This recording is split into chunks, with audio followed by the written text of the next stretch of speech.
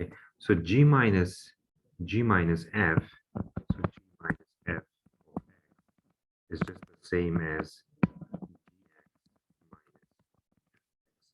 and G is given us, so G is x squared, so this guy is x squared minus 16, and then minus F is given to us, so F is this guy right here, which is 6x 4, and then I can just distribute this negative here, which will be negative 6x, negative 24, that's x squared, 6x, and then combine these two, which is negative 40. So this is the G minus F.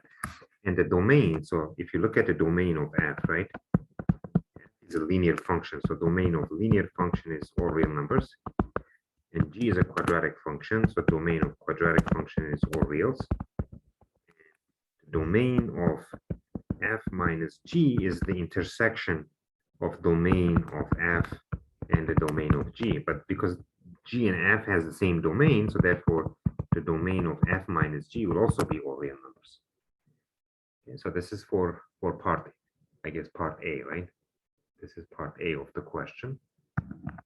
Okay. Now for part B, you're doing the quotient. So part B, F over Gx. Gx means f of x divided by gx. And f of x is given, so f of x is 6x plus 24, and the gx is x squared minus 16.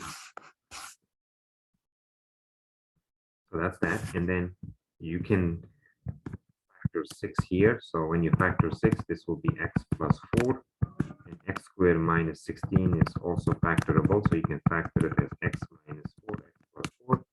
And these two cancel, so you get this, right? Now for the domain, right? So we're going to look at domain of this.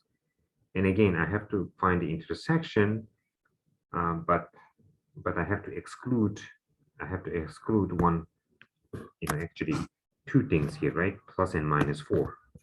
So because the bottom here, when you set the bottom here to 0, so x squared minus 16 equals 0, and this is x equal to plus minus 4. So 2 value needs to be subtracted. Okay, because this is domain of F is all real, but the domain of G is all real as well, but since F over G becomes a fraction, and these two values needs to be subtracted from the all real numbers. So negative 4 is right here, 4 is right here, so there's a hole here, there's a hole here.